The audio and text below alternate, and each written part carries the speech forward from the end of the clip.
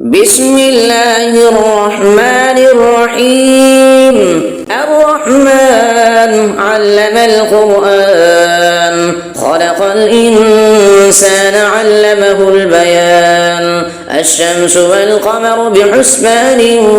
والنجم والشجر يسجدان. والسماء رفعها ووضع الميزان ألا تطغوا في الميزان وأقيموا الوزن بالقسط ولا تخسروا الميزان. والأرض وضعها للأنام فيها فاكهة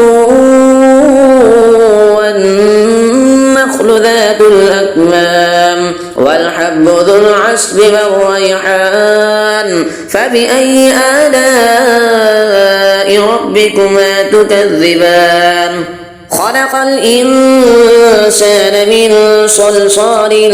كالفخار وخلق الجان من مارد من نار. فبأي آلاء ربكما تكذبان؟ رب المشرقين ورب المغربين. فبأي آلاء ربكما تكذبان؟ مرج البحرين يلتقيان بينهما برزخ لا يبغيان. فبأي آلاء ربكما تكذبان؟ يخرج منهما اللؤلؤ والمرجان. فبأي آلاء ربكما تكذبان؟ وله الجوار المنشآت في البحر كالأعلام. فبأي آلاء ربكما تكذبان؟ كل من عليها فان ويبقى وجه ربك ذو الجلال والإكرام. فبأي آلاء ربكما تكذبان؟ يسأله من في السماوات والأرض كل يوم هو في شأن. فبأي آلاء ربكما تكذبان؟ سنفرغ لكم أيها الثقلان. فبأي آلاء ربكما تكذبان؟ يا معشر الجن والإنس إن استطعتم أن تنفذوا من أقطار السماوات والأرض فانفذوا لا تنفذون إلا بسلطان. فبأي آلاء ربكما تكذبان؟ يرسل عليكما شواظ من نار ونحاس فلا تنتصران. فبأي آلاء ربكما تكذبان؟ فإذا انشقت السماء فكانت وردة كالدهان. فبأي آلاء ربكما تكذبان؟ فيومئذ لا يسأل عن ذنبه إنس ولا جان. فبأي آلاء ربكما تكذبان؟ يعرف المجرمون بسيماهم فيؤخذ بالنواصي والأقدام. فبأي آلاء ربكما تكذبان؟ هذه جهنم التي يكذب بها المجرمون يطوفون بينها وبين حميم آن. فبأي آلاء ربكما تكذبان؟ ولمن خاف مقام ربه جنتان. فبأي آلاء ربكما تكذبان؟ ذواتا أفنان. فبأي آلاء ربكما تكذبان؟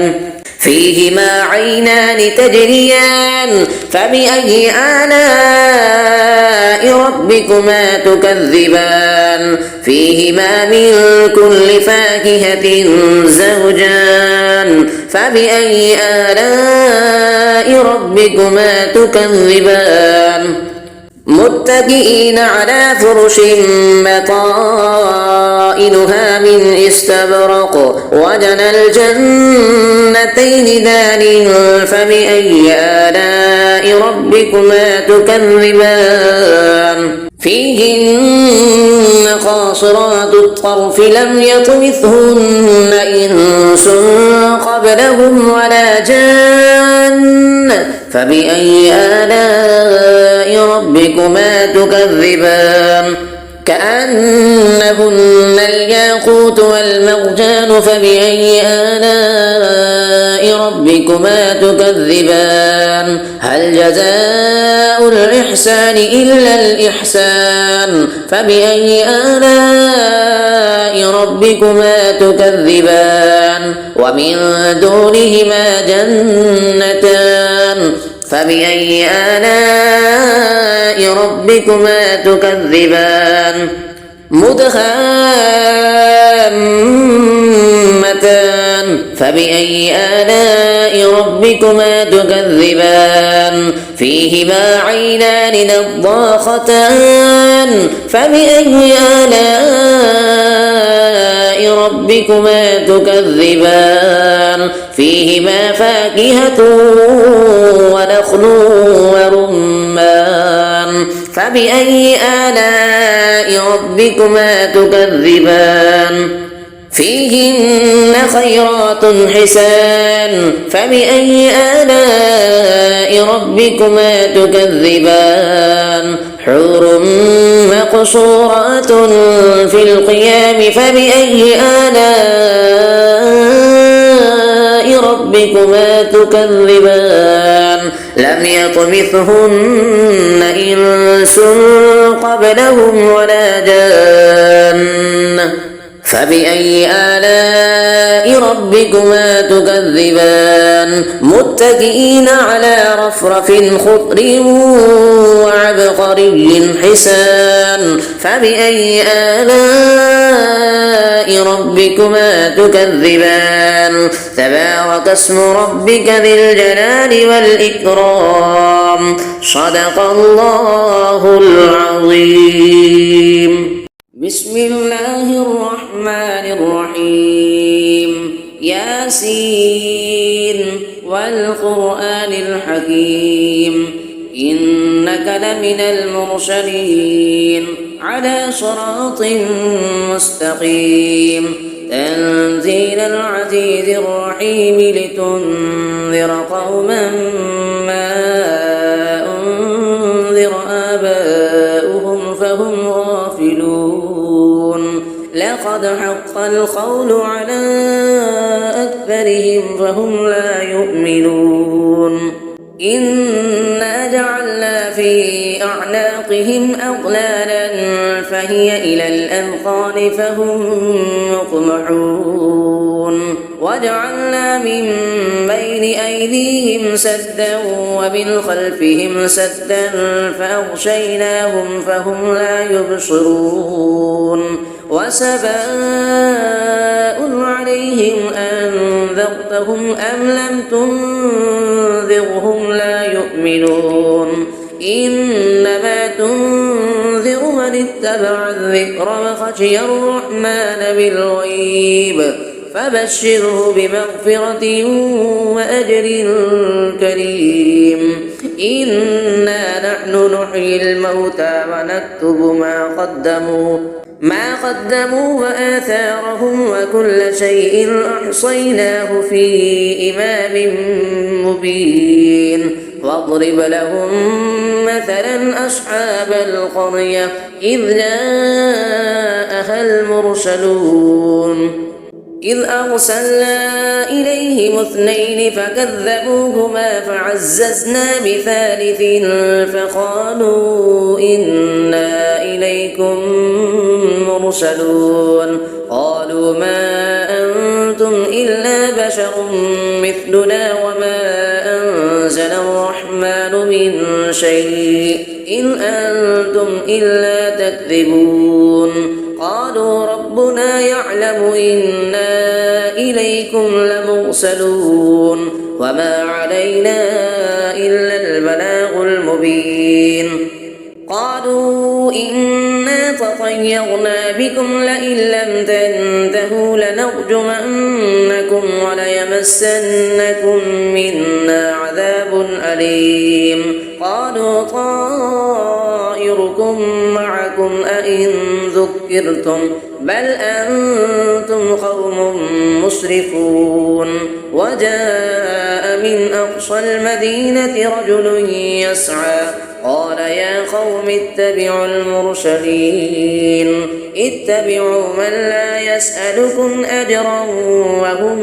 مهتدون وما لي لا أعبد الذي فطرني وإليه ترجعون أأتخذ من دونه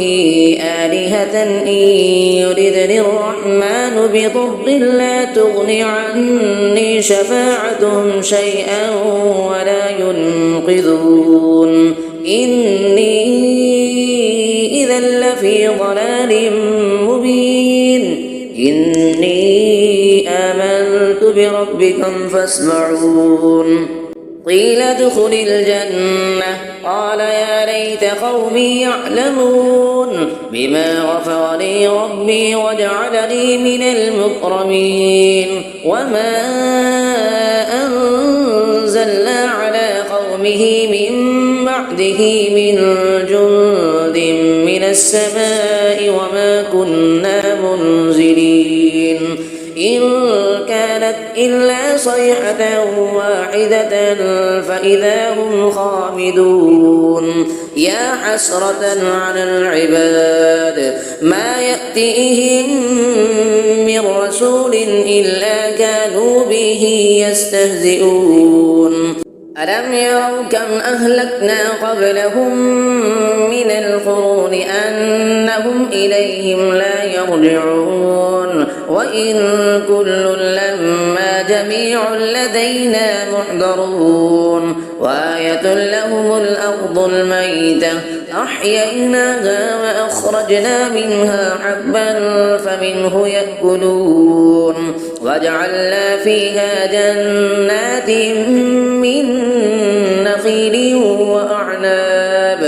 من نخيل وأعناب وفجرنا فيها من العيون ليأكلوا من ثمره وما عملته أيديهم أفلا يشكرون سبحان الذي خلق الأزواج كلها مما تنبت الأرض ومن أنفسهم ومما لا يعلمون وآية لهم الليل نسلخ منه النهار فإذا هم مظلمون والشمس تجري لمستقر لها ذلك تقدير العزيز العليم والقمر قدرناه منازل حتى عاد كالعرجون القديم لا الشمس ينبغي لها أن تدرك القمر ولا الليل سابق النهار وكل في فلك يسبحون وآية لهم أنا حملنا ذريتهم في الفلك المشحون وخلقنا لهم من مثله ما يركبون وإن نشأ نغرقهم فلا صريخ لهم ولا هم ينقذون إلا رحمة منا ومتاعا إلى حين وإذا قيل لهم اتقوا ما بين أيديكم وما خلفكم لعلكم ترحمون وما تأتيهم من آية من آيات ربهم إلا كانوا عنها معرضين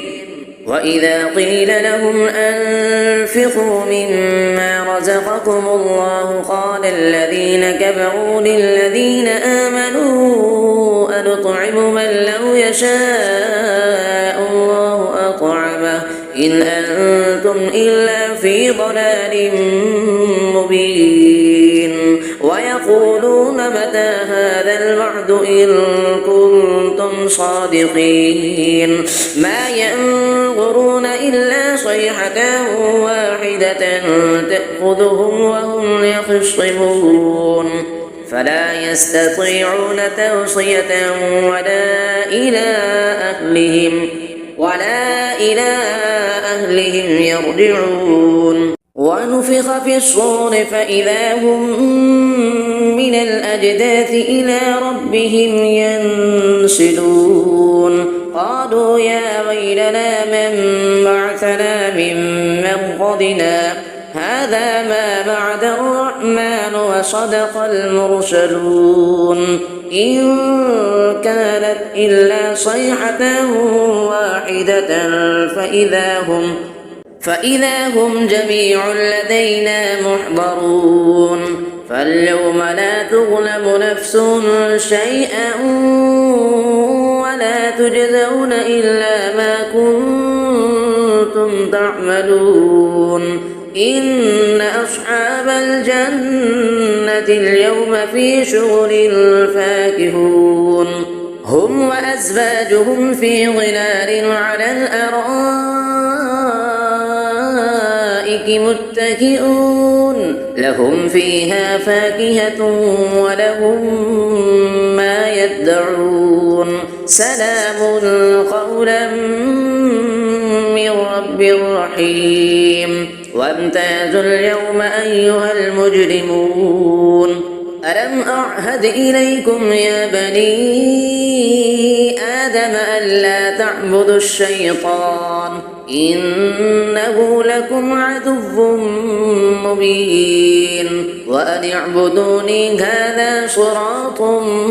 مستقيم ولقد أضل منكم جبلا كثيرا أفلم تكونوا تعقلون هذه جهنم التي كنتم توعدون اصلوها اليوم بما كنتم تكفرون اليوم نختم على أفواههم وتكلمنا أيديهم وتشهد أرجلهم بما كانوا يكسبون ولو نشاء لطمسنا على أعينهم فاستبقوا الصراط فأنى يبصرون ولو نشاء لمسخناهم على مكانتهم فما استطاعوا مضيا ولا يرجعون ومن نعمره ننكسه في الخلق أفلا يعقلون وما علمناه الشعر وما ينبغي له إن هو إلا ذكر وقرآن مبين لينذر من كان حيا ويحق القول على الكافرين أفلم يروا أنا خلقنا لهم مما عملت أيدينا أنعاما فهم لها مالكون وذللناها لهم فمنها ركوبهم ومنها يأكلون ولهم فيها منافع ومشارب أفلا يشكرون واتخذوا من دون الله آلهة لعلهم ينصرون لا يستطيعون نصرهم وهم لهم جند محضرون فلا يحزنك قولهم إنا نعلم ما يسرون وما يعلنون أفلم يرى الإنسان أنا خلقناه من نطفة فإذا هو خصيم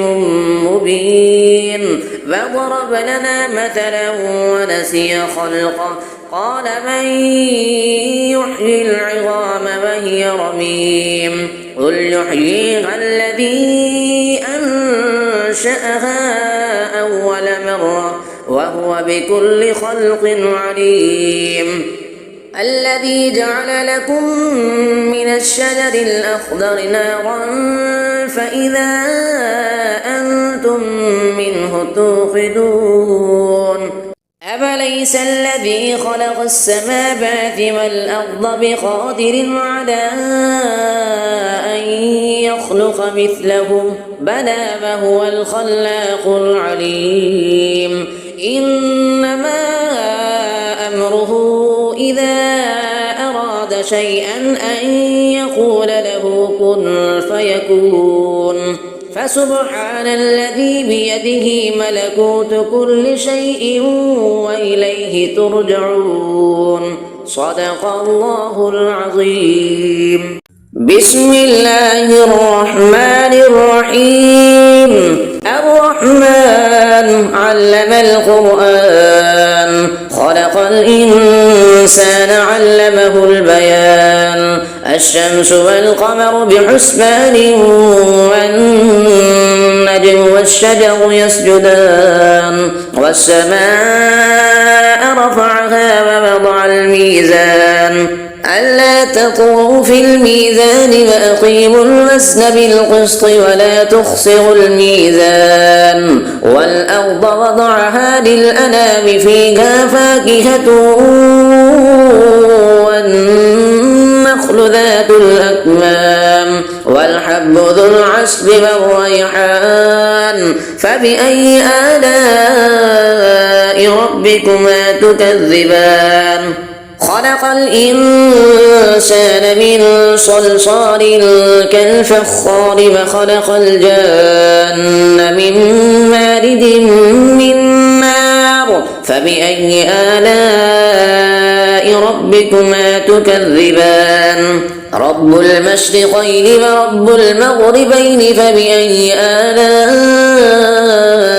ربكما تكذبان مرج البحرين يلتقيان بينهما برزخ لا يبغيان فبأي آلاء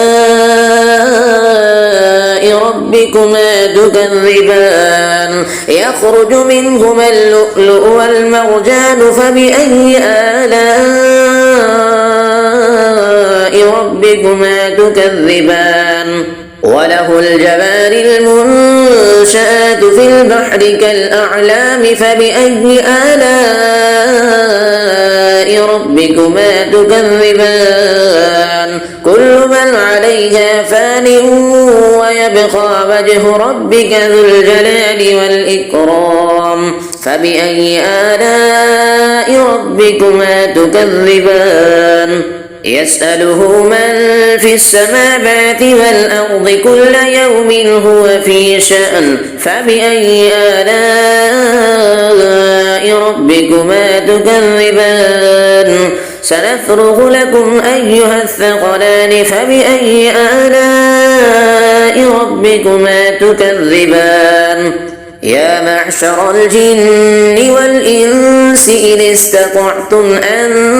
تنفذوا من أقطار السماوات والأرض فانفذوا لا تنفذون إلا بسلطان فبأي آلاء ربكما تكذبان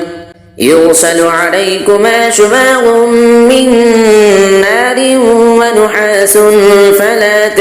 تنتصران فبأي آلاء ربكما تكذبان فإذا انشقت السماء فكانت وردة كالدهان فبأي آلاء ربكما تكذبان فيومئذ لا يسأل عن ذنبه إنس ولا جان فبأي آلاء ربكما تكذبان يعرف المجرمون بسيماهم فيؤخذ بالنواصي والأقدام فبأي آلاء ربكما تكذبان هذه جهنم التي يكذب بها المجرمون يطوفون بينها وبين حميم آن فبأي آلاء ربكما تكذبان ولمن خاف مقام ربه جنتان فبأي آلاء ربكما تكذبان ذواتا أفنان فبأي آلاء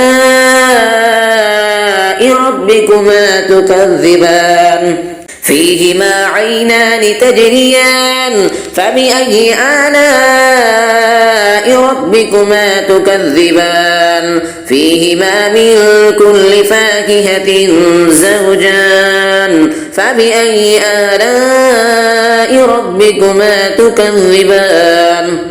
متكئين على فرش بطائنها من استبرق وجنى الجنتين دان فبأي آلاء ربكما تكذبان فيهن قاصرات الطرف لم يطمثهن إنس قبلهم ولا جان فبأي آلاء ربكما تكذبان كأنهن الياقوت والمرجان فبأي آلاء ربكما تكذبان هل جزاء الإحسان إلا الإحسان فبأي آلاء ربكما تكذبان ومن دونهما جنتان فبأي آلاء ربكما تكذبان مدهامتان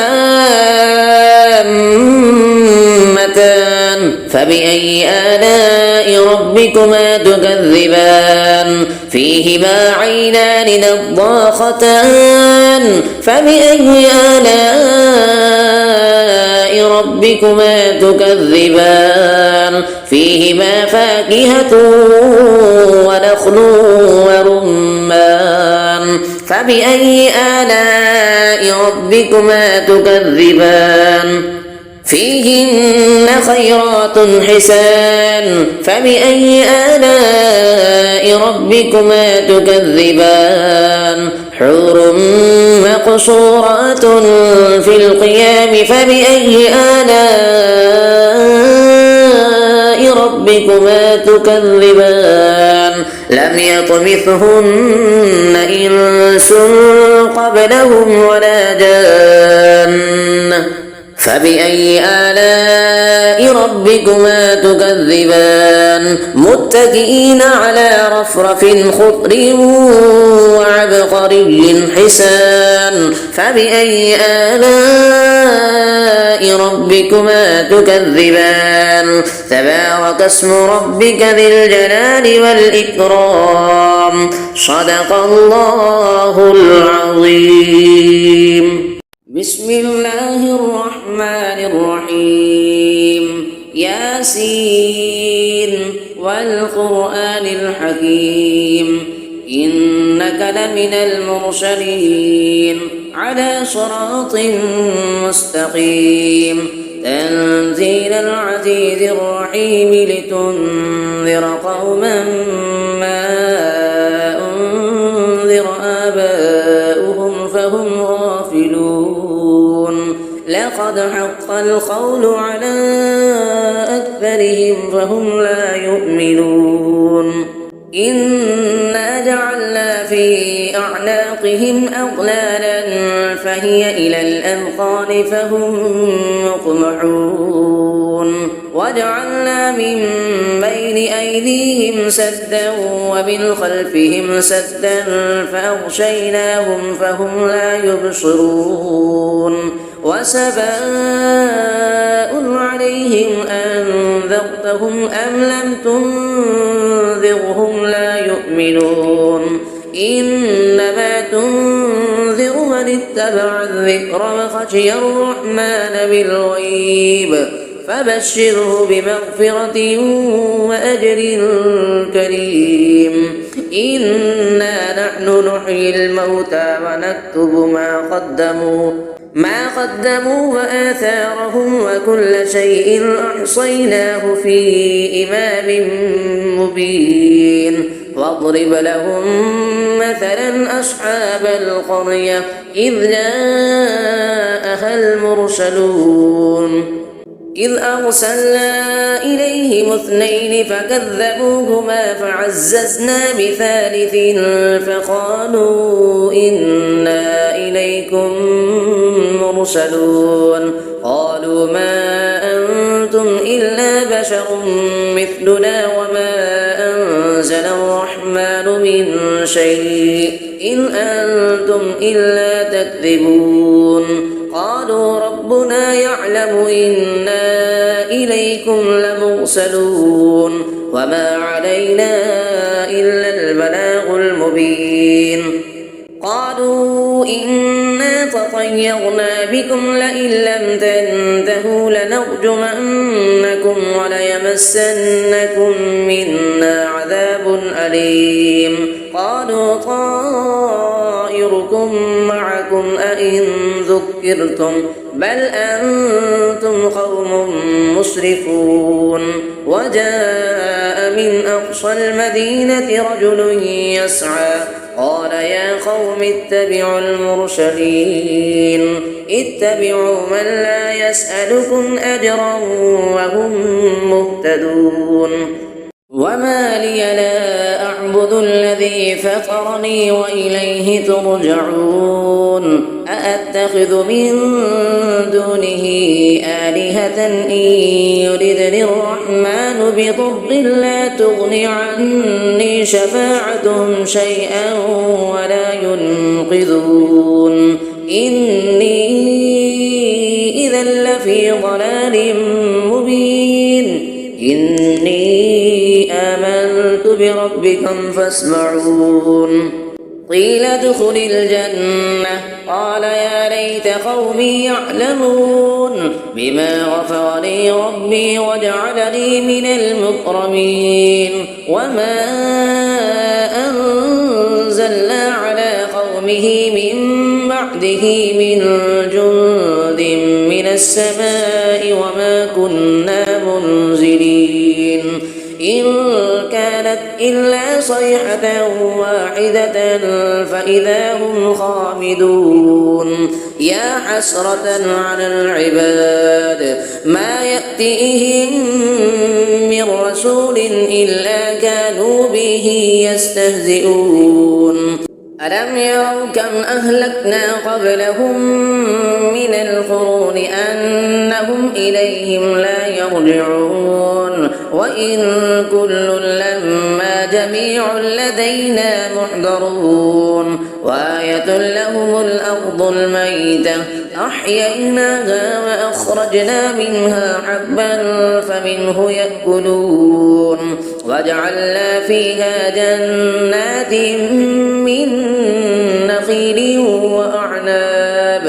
من نخيل وأعناب وفجرنا فيها من العيون ليأكلوا من ثمره وما عملته أيديهم أفلا يشكرون سبحان الذي خلق الأزواج كلها مما تنبت الأرض ومن أنفسهم ومما لا يعلمون وآية لهم الليل نسلخ منه النهار فإذا هم مظلمون والشمس تجري لمستقر لها ذلك تقدير العزيز العليم والقمر قدرناه منازل حتى عاد كالعرجون القديم لا الشمس ينبغي لها أن تدرك القمر ولا الليل سابق النهار وكل في فلك يسبحون وآية لهم أنا حملنا ذريتهم في الفلك المشحون وخلقنا لهم من مثله ما يركبون وإن نشأ نغرقهم فلا صريخ لهم ولا هم ينقذون إلا رحمة منا ومتاعا إلى حين وإذا قيل لهم اتقوا ما بين أيديكم وما خلفكم لعلكم ترحمون وما تأتيهم من آية من آيات ربهم إلا كانوا عنها معرضين وإذا قيل لهم أنفقوا مما رزقكم الله قال الذين كفروا للذين آمنوا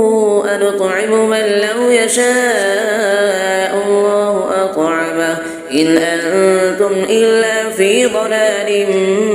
مبين ويقولون متى هذا الوعد إن كنتم صادقين ما ينظرون إلا صيحة واحدة تأخذهم وهم يخصمون فلا يستطيعون توصية ولا إلى أهلهم يرجعون ونفخ في الصور فإذا هم من الأجداث إلى ربهم ينسلون قالوا يا ويلنا من بعثنا من مرقدنا هذا ما وعد الرحمن وصدق المرسلون إن كانت إلا صيحة واحدة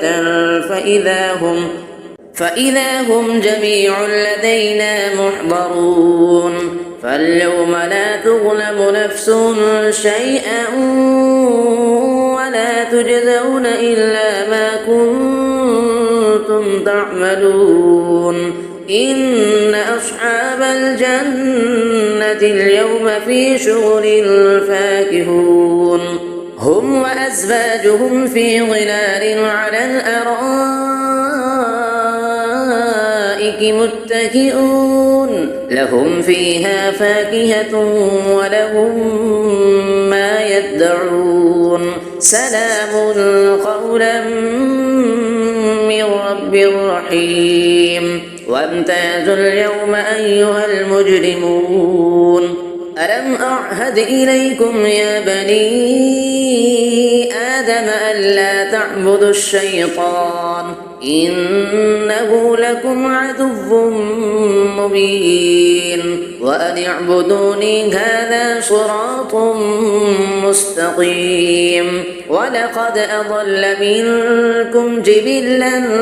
كثيرا أفلم تكونوا تعقلون هذه جهنم التي كنتم توعدون اصلوها اليوم بما كنتم تكفرون اليوم نختم على أفواههم وتكلمنا أيديهم وتشهد أرجلهم بما كانوا يكسبون ولو نشاء لطمسنا على أعينهم فاستبقوا الصراط فأنى يبصرون ولو نشاء لمسخناهم على مكانتهم فما استطاعوا مضيا ولا يرجعون ومن نعمره ننكسه في الخلق أفلا يعقلون وما علمناه الشعر وما ينبغي له إن هو إلا ذكر وقرآن مبين لينذر من كان حيا ويحق القول على الكافرين أفلم يروا أنا خلقنا لهم مما عملت أيدينا أنعاما فهم لها مالكون وذللناها لهم فمنها ركوبهم ومنها يأكلون ولهم فيها منافع ومشارب أفلا يشكرون واتخذوا من دون الله آلهة لعلهم ينصرون لا يستطيعون نصرهم وهم لهم جند محضرون فلا يحزنك قولهم إنا نعلم ما يسرون وما يعلنون أفلم يرى الإنسان أنا خلقناه من نطفة فإذا هو خصيم مبين فضرب لنا مثلا ونسي خلقه قال من يحيي العظام وهي رميم قل يحييها الذي أنشأها أول مرة وهو بكل خلق عليم الذي جعل لكم من الشجر الأخضر نارا فإذا أنتم منه توقدون أفليس الذي خلق السماوات والأرض بقادر على أن يخلق مثلهم بلى وهو الخلاق العليم إنما أمره إذا أراد شيئا أن يقول له كن فيكون فسبحان الذي بيده ملكوت كل شيء وإليه ترجعون صدق الله العظيم بسم الله الرحمن الرحيم الرحمن علم القرآن خلق الإنسان علمه البيان الشمس والقمر بحسبان والنجم والشجر يسجدان والسماء رفعها ووضع الميزان ألا تطغوا في الميزان وأقيموا الوزن بالقسط ولا تخسروا الميزان والأرض وضعها للأنام فيها فاكهة والنخل ذات الأكمام والحب ذو العصف والريحان فبأي آلاء ربكما تكذبان خلق الإنسان من صلصال كالفخار وخلق الجان من مارد من نار فبأي آلاء ربكما تكذبان رب المشرقين ورب المغربين فبأي آلاء ربكما تكذبان مرج البحرين يلتقيان بينهما برزخ لا يبغيان فبأي آلاء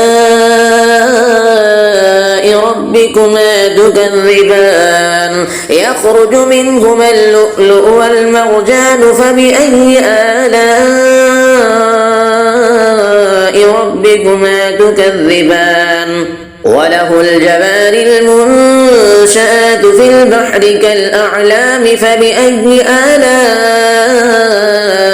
ربكما تكذبان كل من عليها فان ويبقى وجه ربك ذو الجلال والإكرام فبأي آلاء ربكما تكذبان يسأله من في السماوات والأرض كل يوم هو في شأن فبأي آلاء ربكما تكذبان سنفرغ لكم أيها الثقلان فبأي آلاء ربكما تكذبان يا معشر الجن والإنس إن استطعتم أن تنفذوا من أقطار السماوات والأرض فانفذوا لا تنفذون إلا بسلطان فبأي آلاء ربكما تكذبان يرسل عليكما شواظ من نار ونحاس فلا تنتصران فبأي آلاء ربكما تكذبان فإذا انشقت السماء فكانت وردة كالدهان فبأي آلاء ربكما تكذبان فيومئذ لا يسأل عن ذنبه إنس ولا جان فبأي آلاء ربكما تكذبان يعرف المجرمون بسيماهم فيؤخذ بالنواصي والأقدام فبأي آلاء ربكما تكذبان هذه جهنم التي يكذب بها المجرمون يطوفون بينها وبين حميم آن فبأي آلاء ربكما تكذبان ولمن خاف مقام ربه جنتان فبأي آلاء ربكما تكذبان ذواتا أفنان فبأي آلاء ربكما تكذبان فيهما عينان تجريان فبأي آلاء ربكما تكذبان فيهما من كل فاكهة زوجان فبأي آلاء ربكما تكذبان متكئين على فرش بطائنها من استبرق وجنى الجنتين دان فبأي آلاء ربكما تكذبان فيهن قاصرات الطرف لم يطمثهن إنس قبلهم ولا جان فبأي آلاء ربكما تكذبان كأنهن الياقوت والمرجان فبأي آلاء ربكما تكذبان هل جزاء الإحسان إلا الإحسان فبأي آلاء ربكما تكذبان ومن دونهما جنتان فبأي آلاء ربكما تكذبان مدهامتان فبأي آلاء ربكما تكذبان فيهما عينان نضاختان فبأي آلاء ربكما تكذبان فيهما فاكهة ونخل ورمان فبأي آلاء ربكما تكذبان فيهن خيرات حسان فبأي آلاء ربكما تكذبان حور مقصورات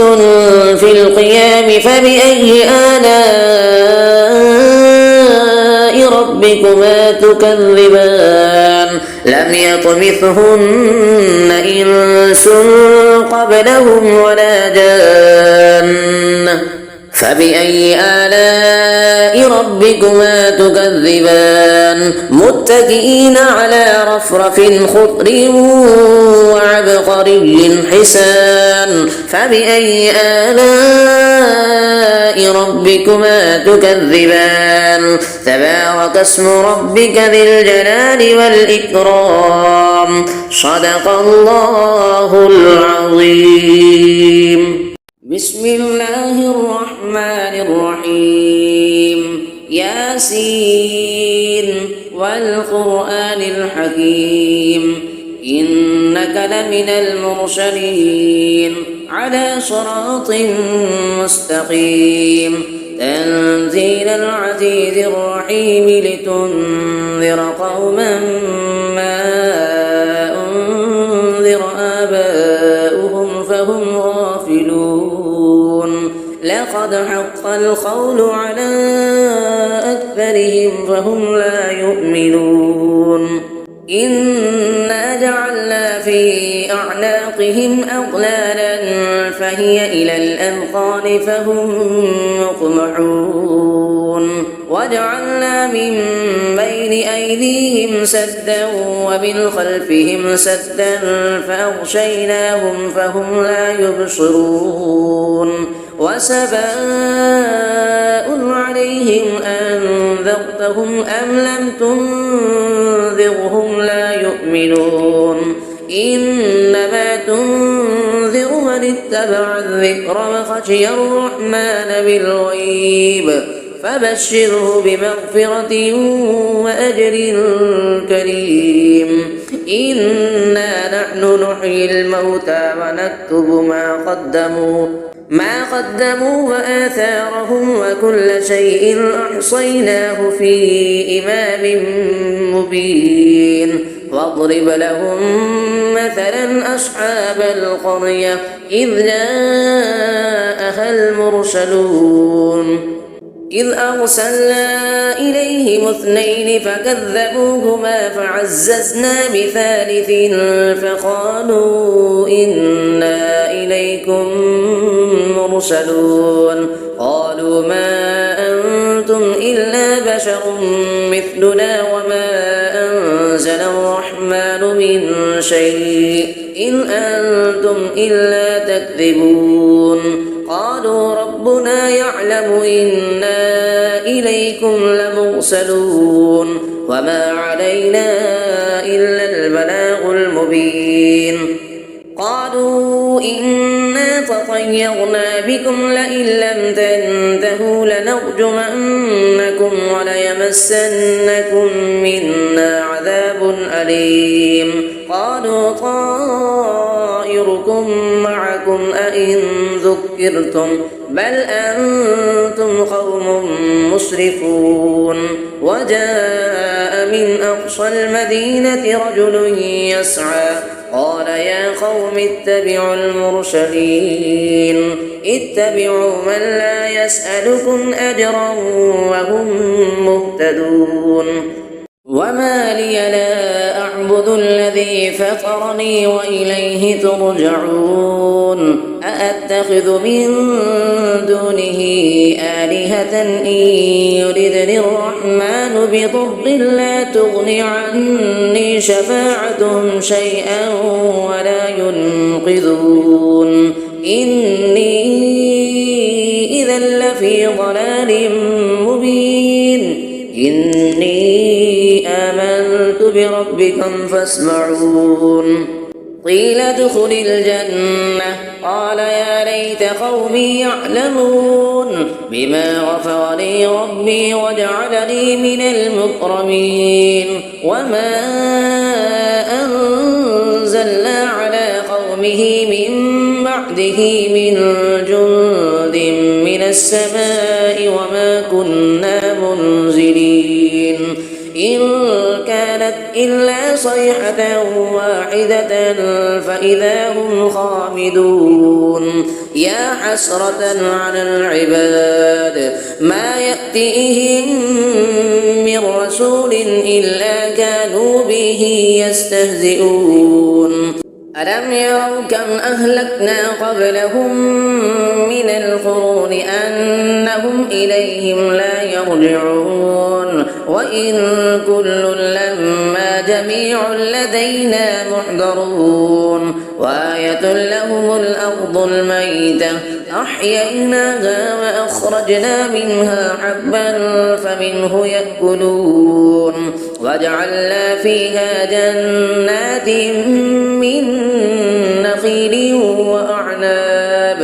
من نخيل وأعناب وفجرنا فيها من العيون ليأكلوا من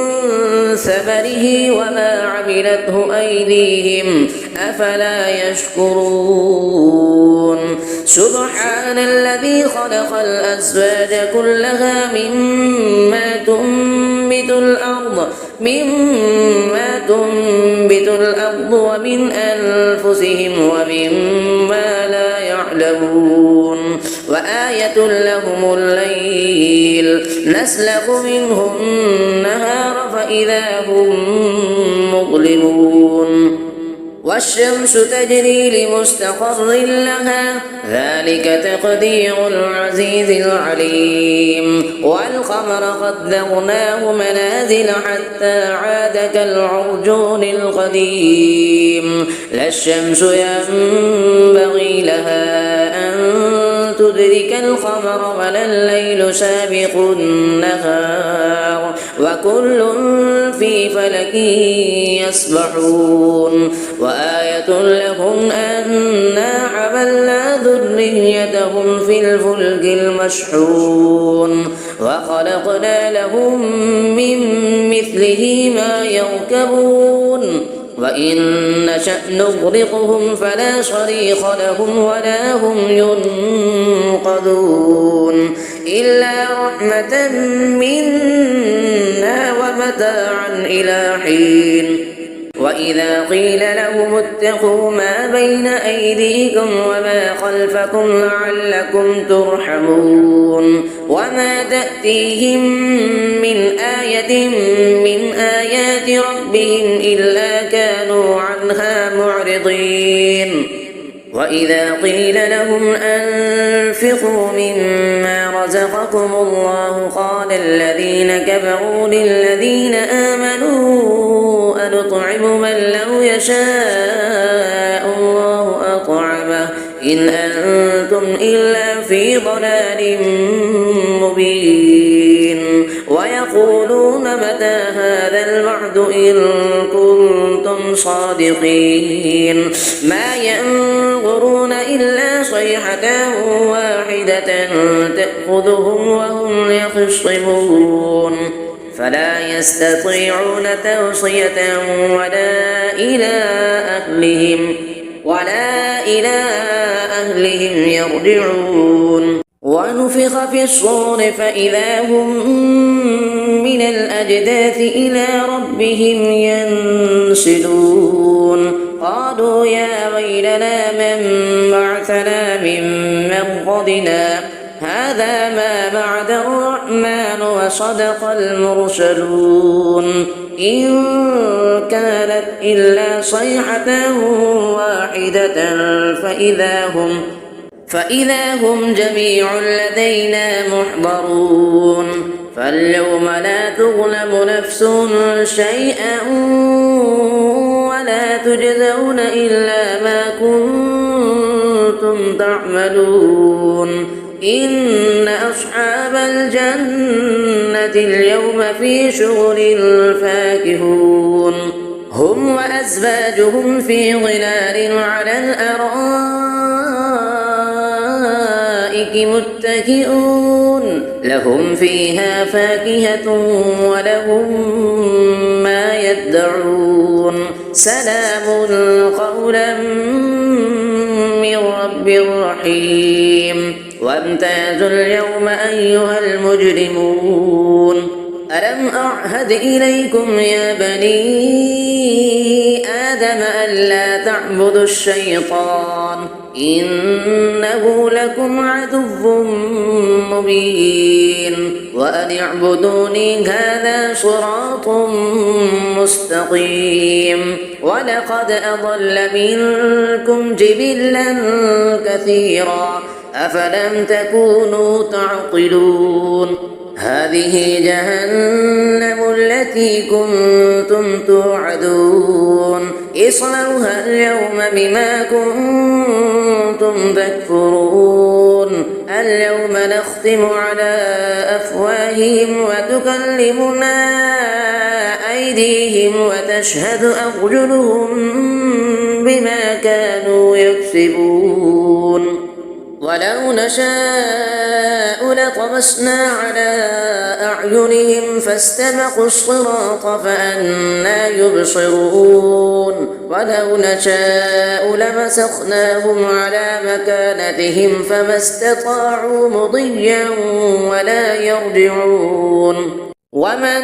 نعمره ننكسه في الخلق أفلا يعقلون وما علمناه الشعر وما ينبغي له إن هو إلا ذكر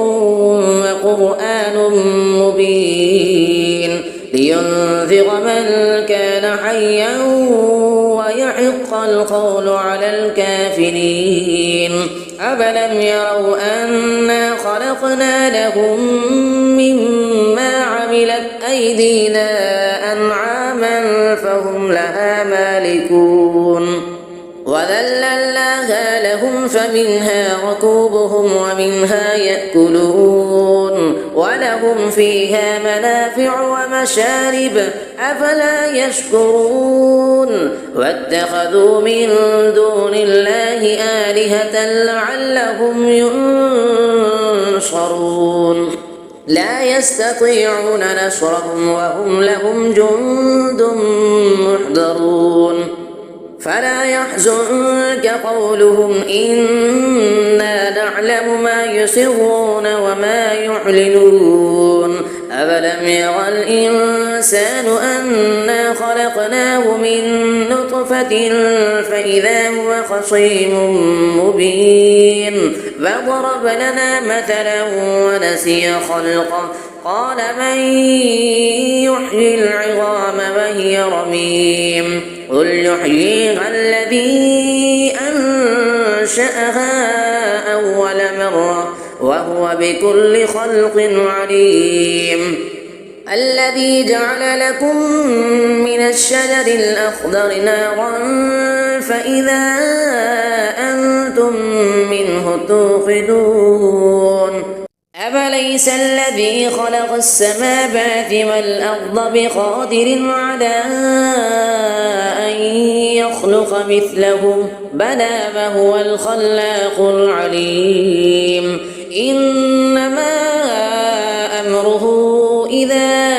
أراد شيئا أن يقول له كن فيكون فسبحان الذي بيده ملكوت كل شيء وإليه ترجعون صدق الله العظيم.